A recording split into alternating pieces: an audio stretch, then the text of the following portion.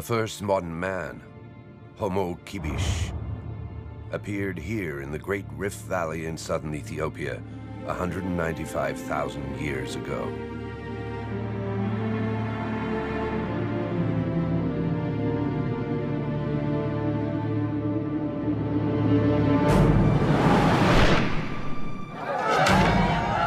The Surma are the sons and daughters of this common ancestor of all humanity.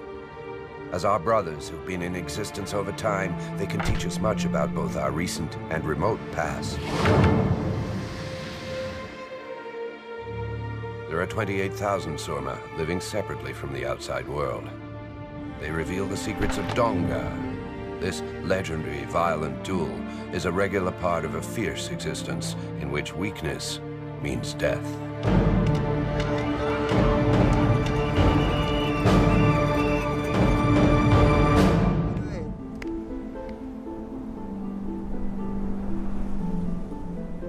We lived in the heavens with Tuma, our god. One day he opened up a large hole in the clouds and gave us ropes to descend upon the earth.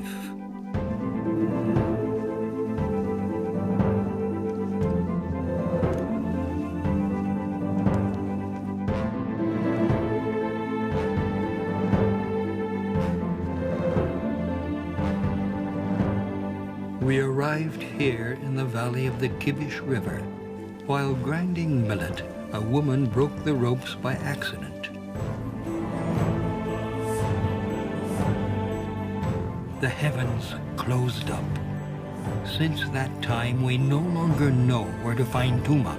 Our enemies persecute us, and we no longer can seek refuge with him.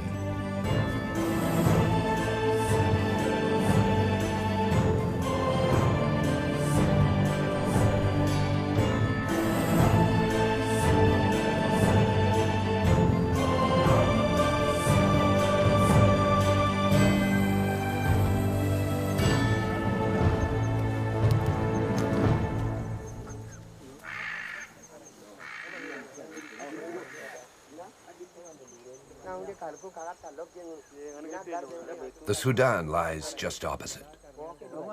All of the region's ethnic groups have always been at war. To survive, the herds need water and pasture land. Every plain and valley is conquered, then lost and reconquered.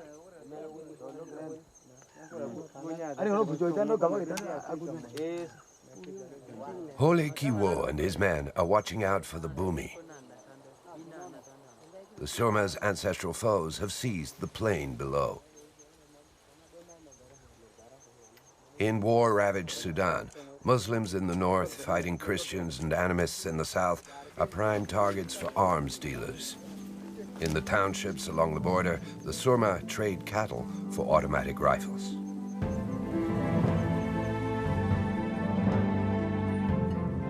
The Ethiopian government is far away. A few gullied trails lead to these remote regions. Bandits of all origins fleece and kill others with impunity and impose their bloodthirsty, iniquitous law here.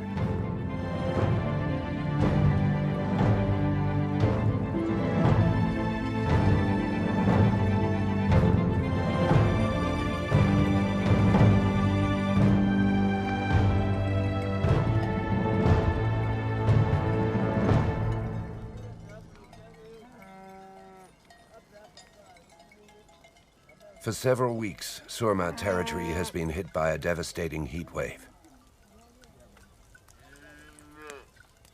Daytime temperatures reach a high of 45 degrees in the shade. The spring rains have not come. The animals are prostrate.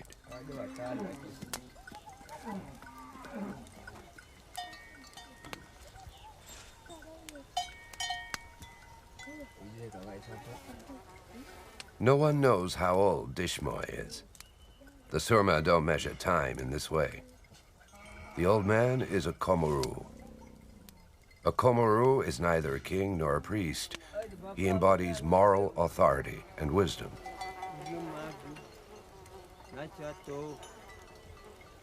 Dishmoy is the living memory of the Surma. In him lies the experience and knowledge of the ancestors, who for thousands of years have ensured the survival of a small group of people living on violent lands. Oh, my father, the cattle, give us your milk.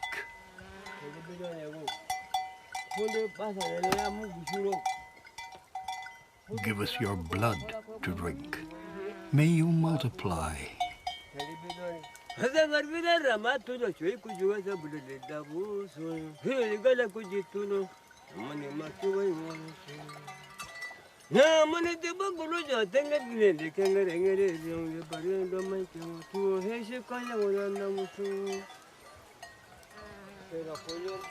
Oh, my father, the cattle, bring us wealth. Keep us in good health. Make us joyful. Make us glad. Make the land of the Surma amenable. Endow us with your goodness, with your strength. The Surma are semi-nomadic herdsmen. They have few possessions besides their cattle, with whom they identify with great passion. Their huts are only makeshift shelters. They are not craftsmen.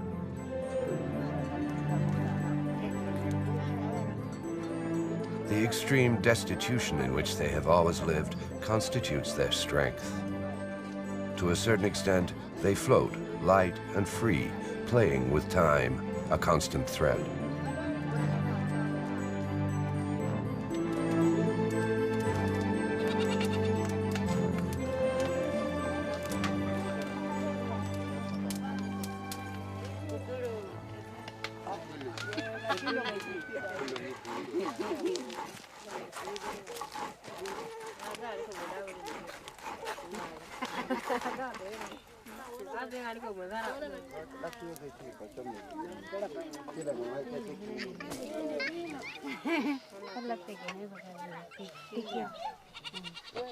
Foreigners sometimes recount how, in the past, the Surma used to force their wives to disfigure themselves to escape the slave merchants haunting the Horn of Africa.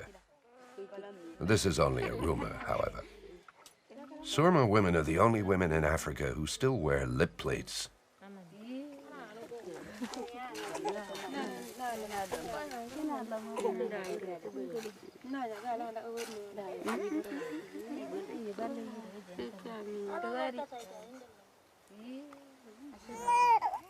No one forces the young girls to follow this tradition.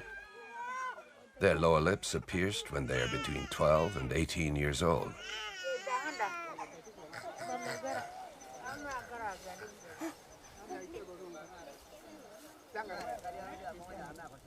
The lip plate is primarily decorative.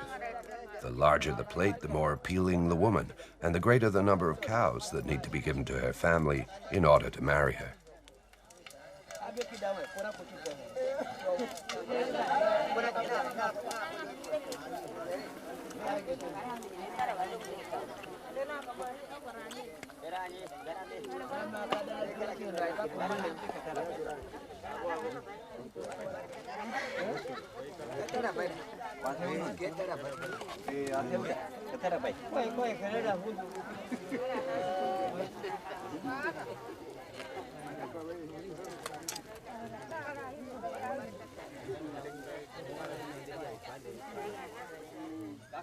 Dishmoy receives messengers in his village of Regia.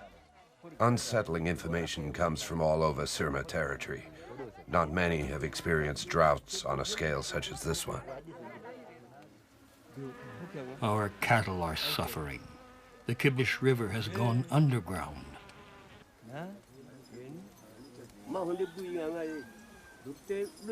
Nothing remains but a few puddles. Our animals are thirsty. They're thirsty. Soon the last water holes will have dried up.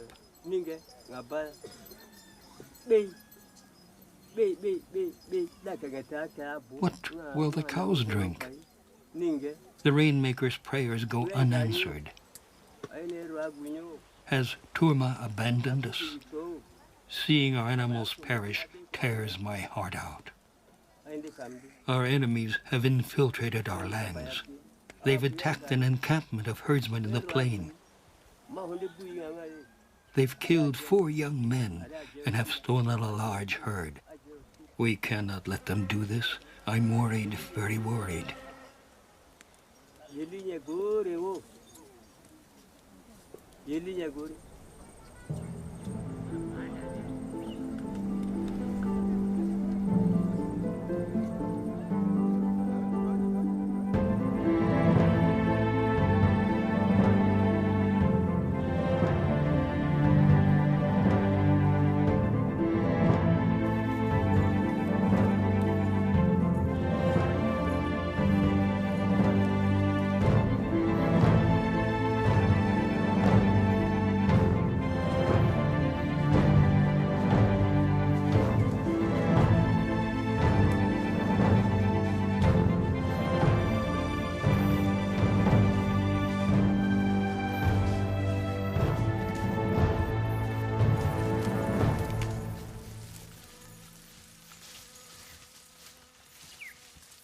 Dishmoy intends to punish the cattle thieves. Holy Kiwo and his men set off in pursuit.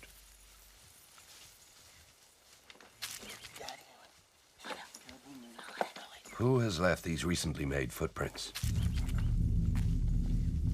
Friend or foe?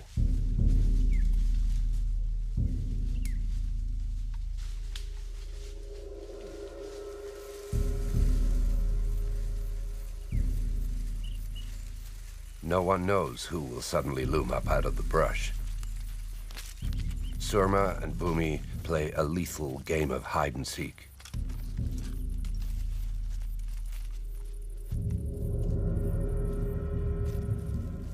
Bands of Bumi warriors attack the Surma enclosure and steal animals to consolidate their decimated herds. The Bumi have raided the camps at the foot of Sejalo Mountain. The Surma seek revenge. The plain along the border becomes the site of bloody clashes. People on both sides are killed.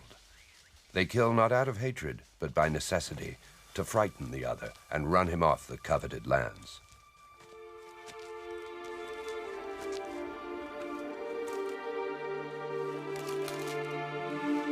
Holy Kiwo and his men rummage through the huts of the herdsmen slain a few days earlier. They gather together some moving remains. A small straw shield used to protect the wrist during stick fighting.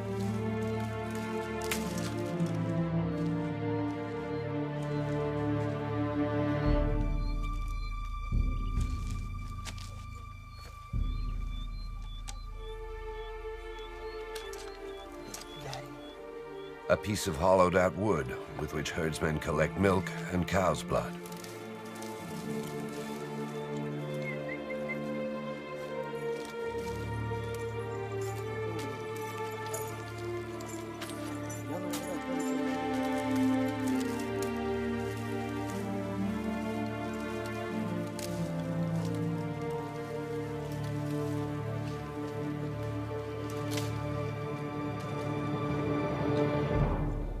Fragments of pottery in which cereal groats are boiled.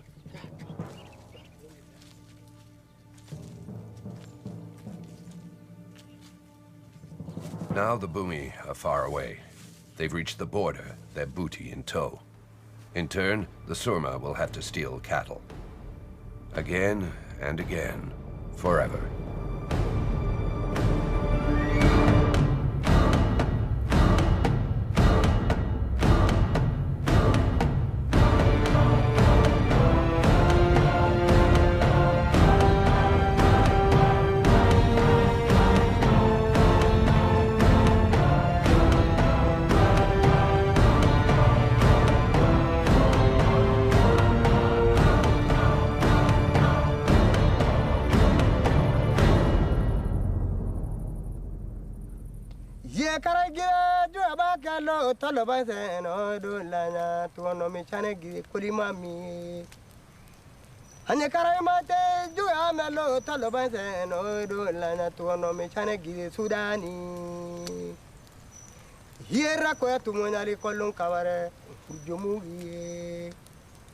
Hiera kwa tumunale kol kawarego. Ujomugi. Ukone ko barya nyulumage. Hiera kone ko barya nyuluma. Barkote kudu daran kasai dono kadarteze. Jonde nganel kire baga. Yiga mogi kudu daran kasai dono kadarteze. Jonde nganel kire bu. Ye namarite ba chogo katab kerelane. Ada gore ur. Unyamarite ba chogo katab kerelana. Ada gore ur. Asangar gara ramatundo. Choi kujugese. Rabite toag. Nye kasangar gara ramatundo. Choi kujugese. Rabite miro kole. Ye karate orum kola tenu renene no ko baba kara lonzanga. Hanyangone ya guru na chikontu o kuni duso. Pio chage reongona nyawa.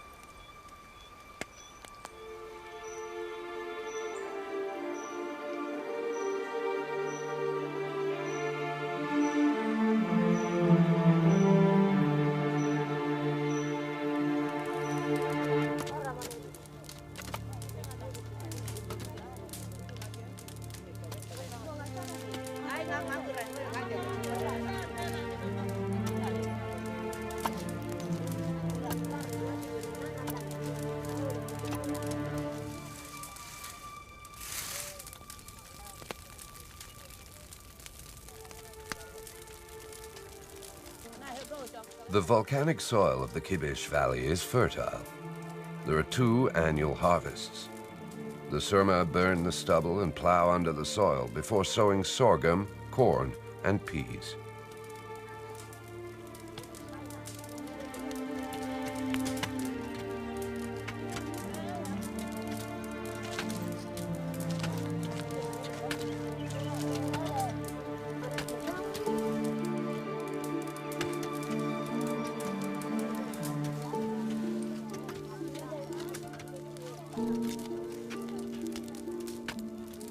The women do the cultivating.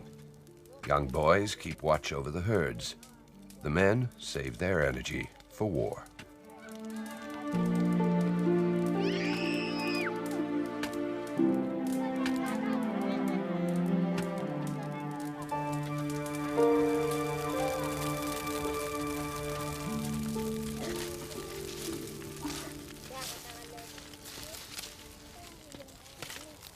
The Surma do not have granaries for storing their surplus. Sometimes the grain is damaged or is devoured by parasites. Scarcity and famine are 2 age-old friends of the Surma. They tamed them long ago, yet they still inflict pain.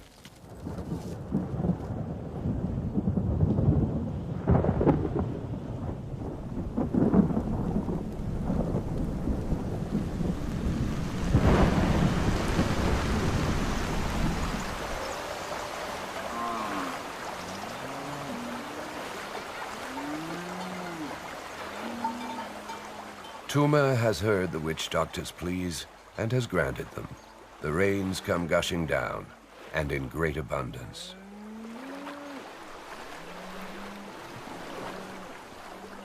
Each breeder owns his animals and devotes himself to them body and soul. Cattle are pivotal to the trading system. The number of cows indicates a breeder's wealth and determines his social rank. A family possesses, on average, some 50 head of cattle, although some herds count more.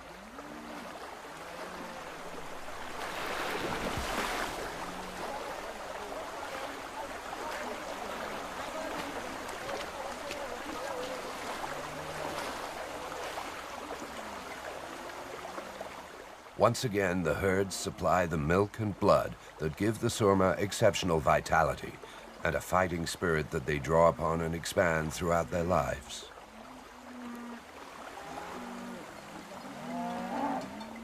Abundance has returned. A new season of stick fighting, or donga, can begin. The young men get ready. It's the only thing on their minds. A valiant fighter draws the attention of the young girls. He automatically joins the community of warriors. Like all boys their age, Haribula, Kiwo, and Batula dream of making a name for themselves.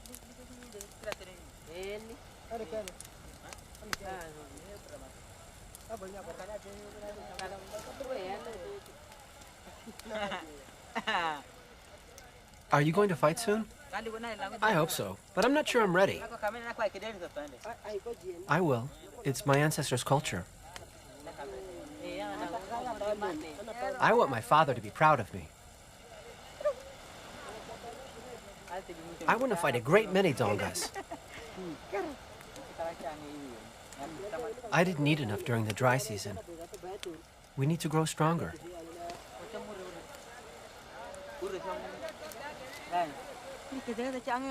I need to work on my speed. It isn't easy to pivot quickly. We'll be warriors.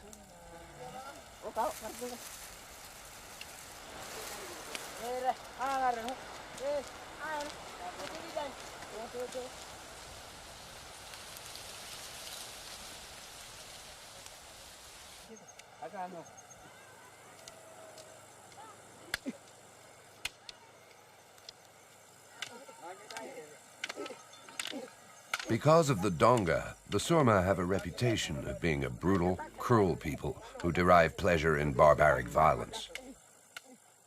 Bartola, Haribula, and Kiwo are still way too young to take on a full-grown man, well-versed in the subtleties of a martial art that combines speed, technique, and strength, and requires great physical courage.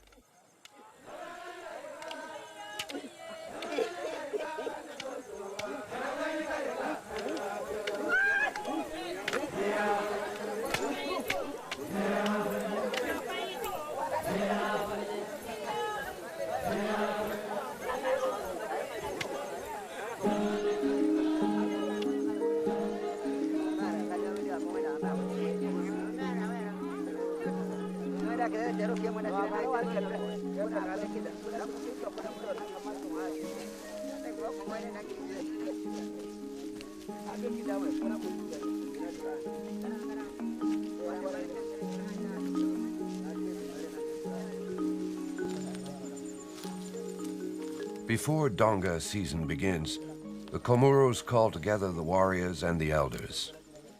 The witch doctors will read the entrails.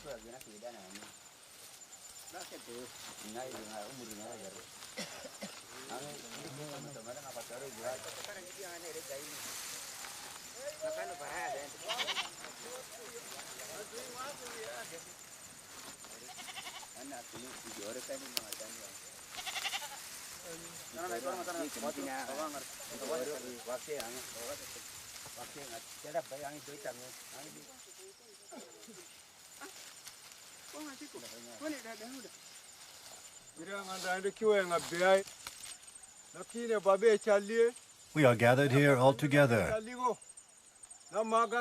We are gathered to read our destiny.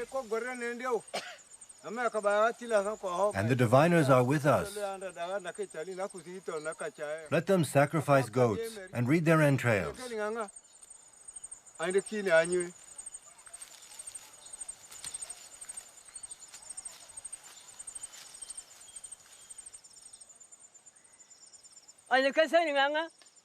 It's good to be here. Our country is good, and our god Tuma is with us. The young people are calling for a donga. But first, the entrails must be examined.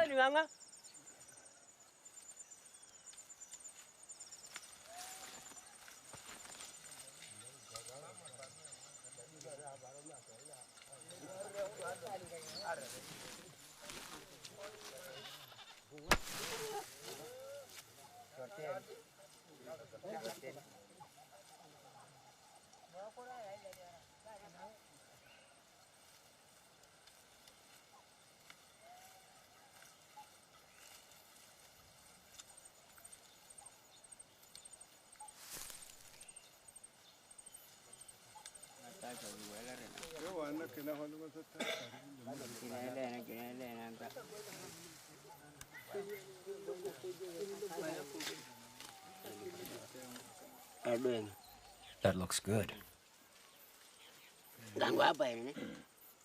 What do you see? That looks good. Yes, it's good.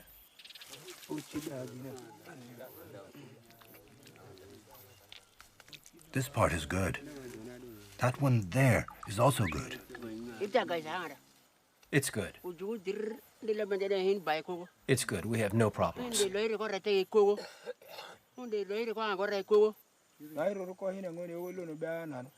Our brothers were killed by the Brumi over there in the plain. We must celebrate a ritual in memory of these dead. We're going to celebrate a Kilunga. The witch doctor will choose the place. Follow your cattle. Cultivate your fields. The Bumi are evil, but nothing bad will happen to us. This is what the entrails say. Our young people are too violent during the Donga. The Dongas must be banned until they calm down. We are losing too many warriors. Gracious vendettas are becoming more common. We must fight the Bumi, not kill one another. The Dongas are too bloody. This is unacceptable.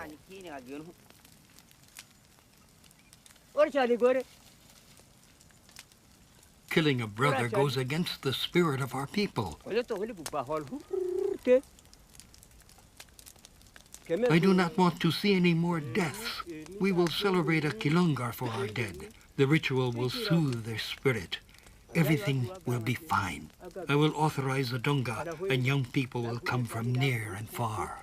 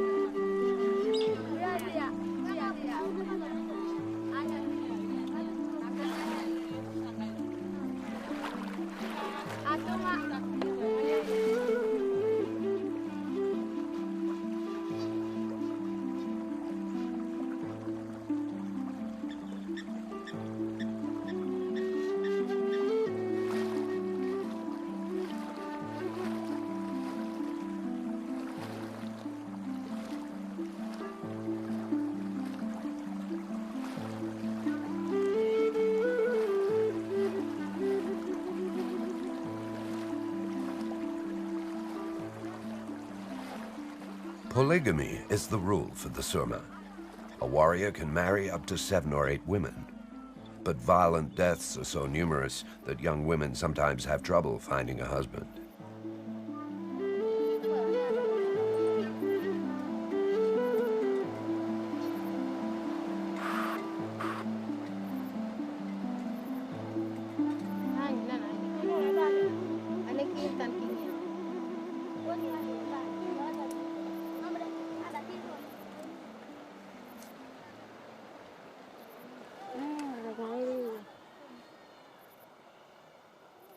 By carving the motifs of her people into her flesh, a young woman expresses her loyalty to her kin.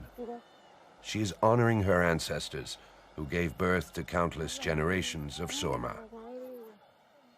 Beautiful scars exalt femininity and embellish the body. They attract young men.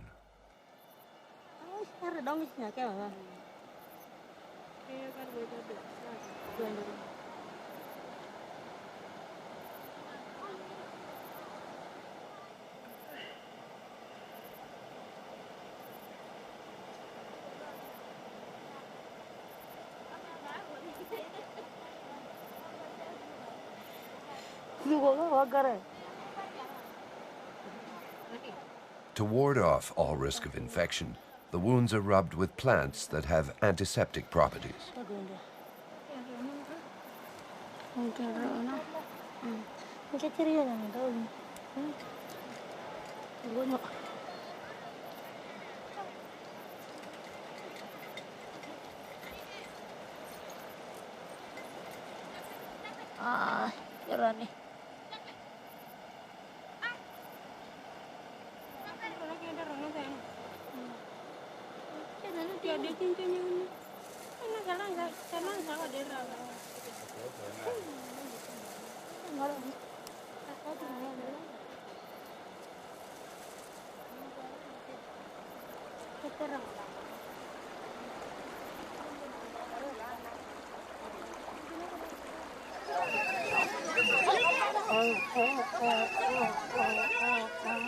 The Surma gather in the village of Dijari to celebrate the Kilonga in memory of the dead.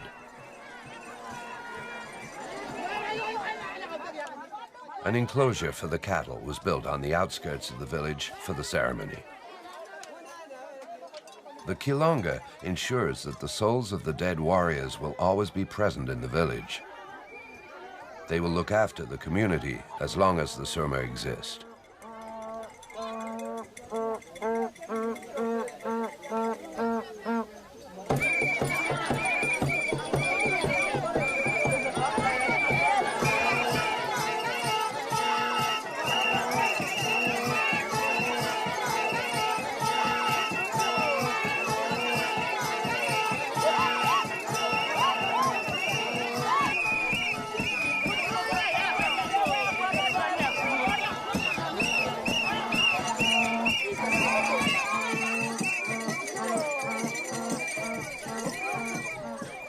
The dead are summoned by trumpeting through an elephant tusk.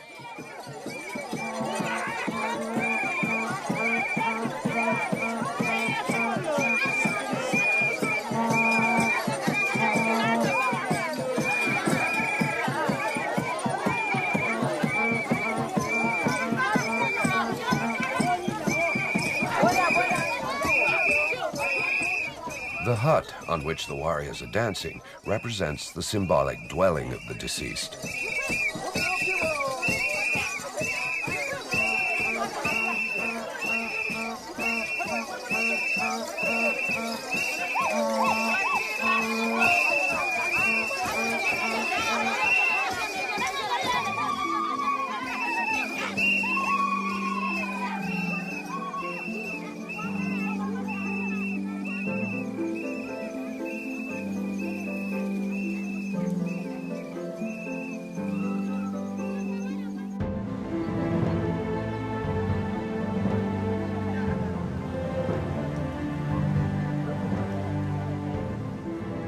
The spirits of the dead warriors are appeased. The donga can take place.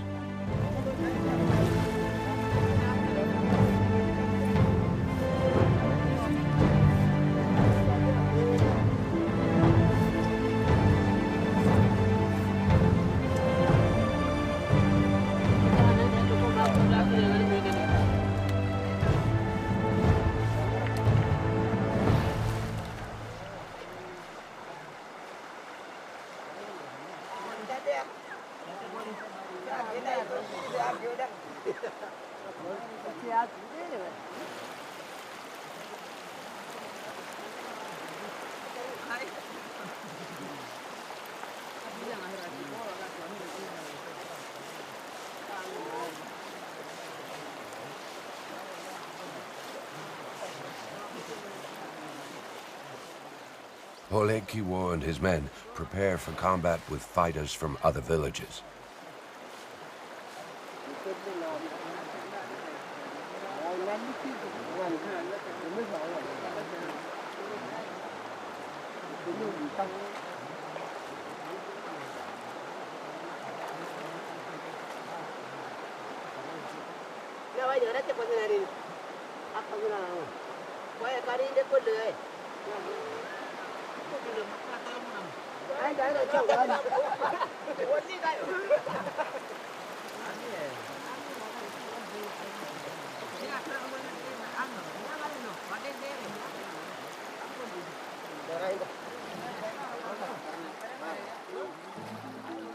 The designs have no meaning.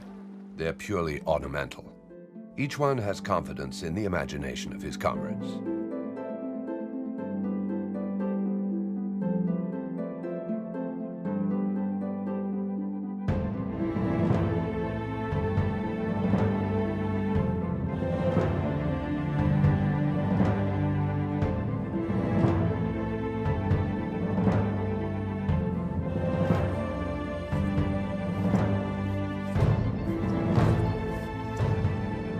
Surma subject their bodies to rough and painful tests. They train them to serve the group without weakening, scorning all suffering.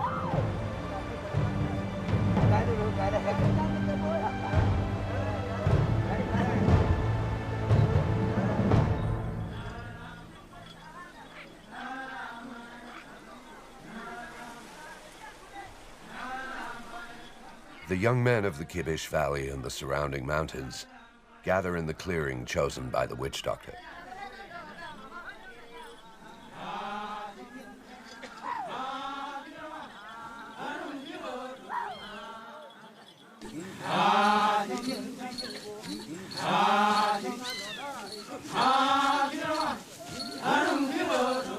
Hundreds of warriors, pacing impatiently, parade through the clearing, bearing the banners of their villages.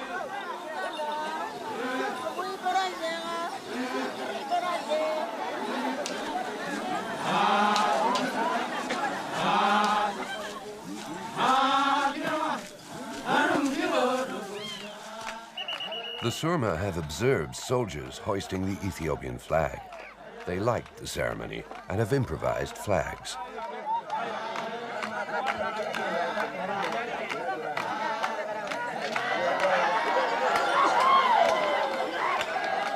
Valiant fighters, those determined to fight, are carried on their comrades' shoulders.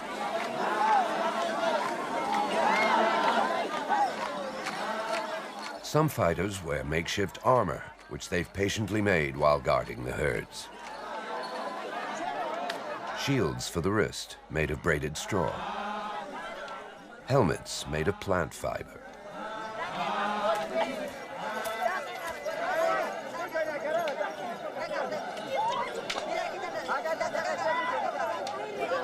Some wear oxtails, severed during raids to steal the enemy's cattle.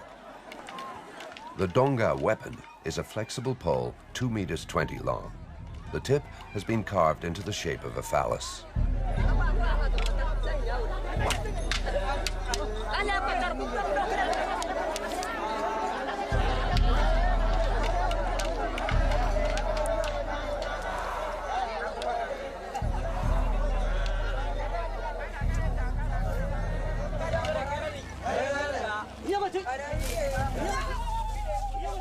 The warriors parade about prior to the fights to daunt the adversary.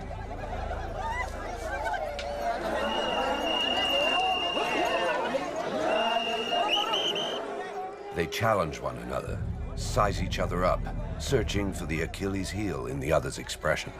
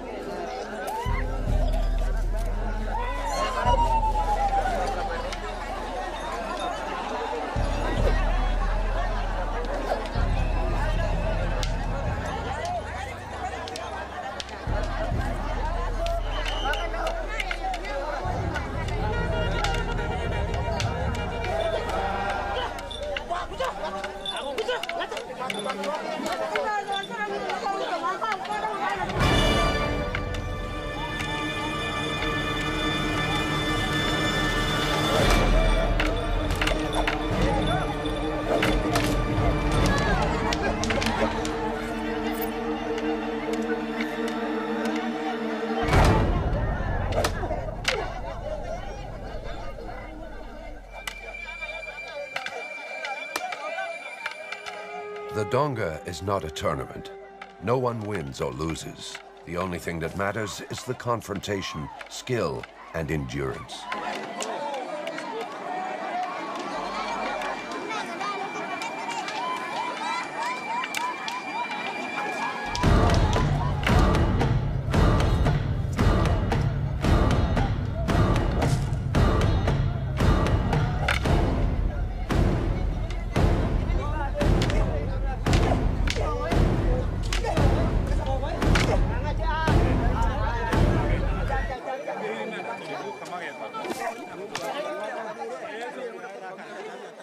Each fighter expects and awaits the wound that will brand his flesh with the mark of courage and forcefulness.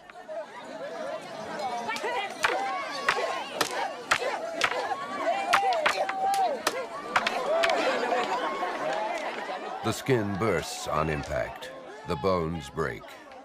Sometimes an internal organ is injured, and death follows after 1 or 2 days of agony. The fighters do not worry about this. Scars received during the Donga demonstrate the man's readiness to sacrifice his life for his people, as countless lineages of ancestors did.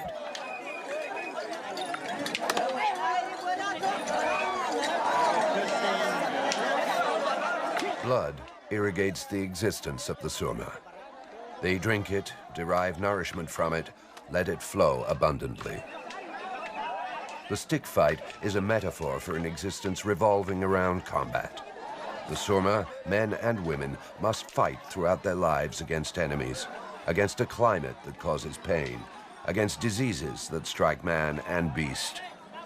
The blood which they spread profusely is the blood of life, turbulent and obstinate.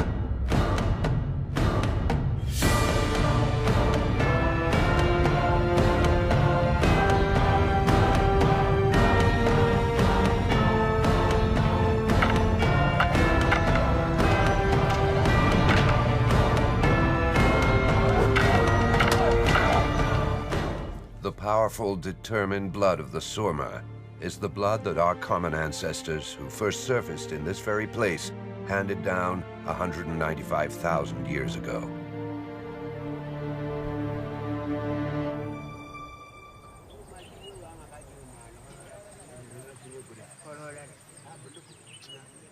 Once the drought is over, the majority of Bumi return to the Sudan.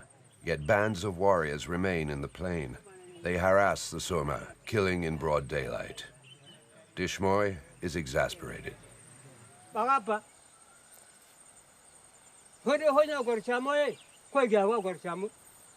Bumi attack us.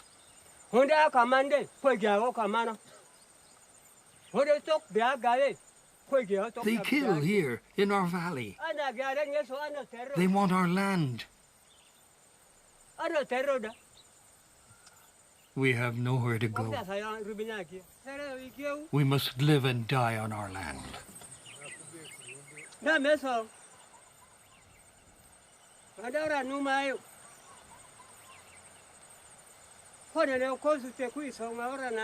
What are you waiting for? Why don't you run our enemies off our land?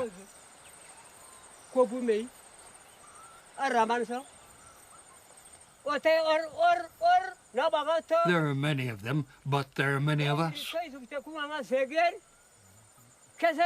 Why are you letting them do this? Why don't you fight? Why? Why?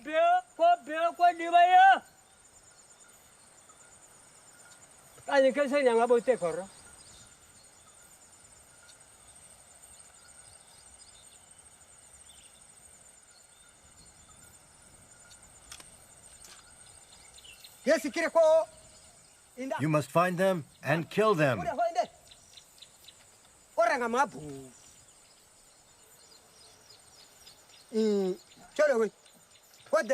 Your weapons are not water. You must use them. They fire bullets like those used by your enemies. Load your weapons. Kill our enemies.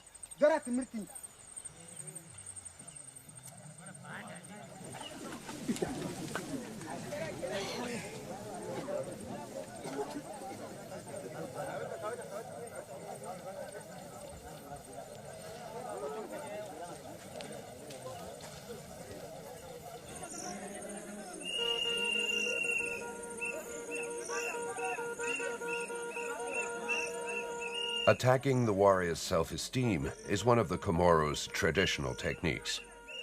Dishmoy's scathing words have galvanized his men.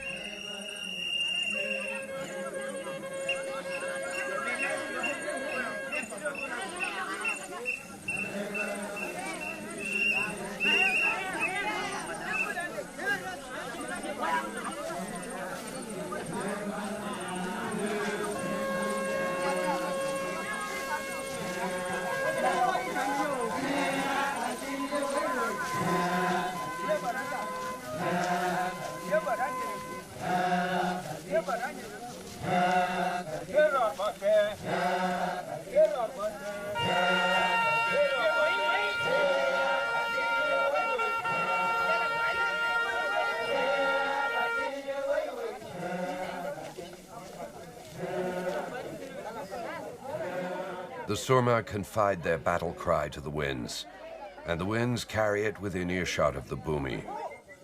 The battle cry is, the Surma are armed. Shudder, yes, shudder, for if they run into you along their path, the Surma will kill you.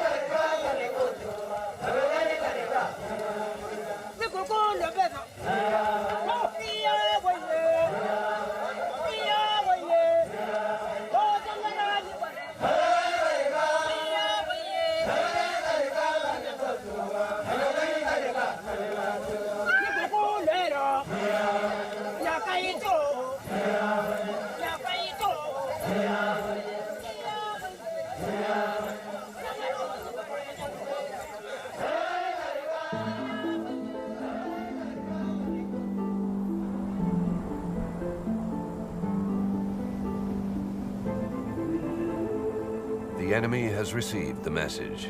He has abandoned Surma land. He is retreating to the Sudan.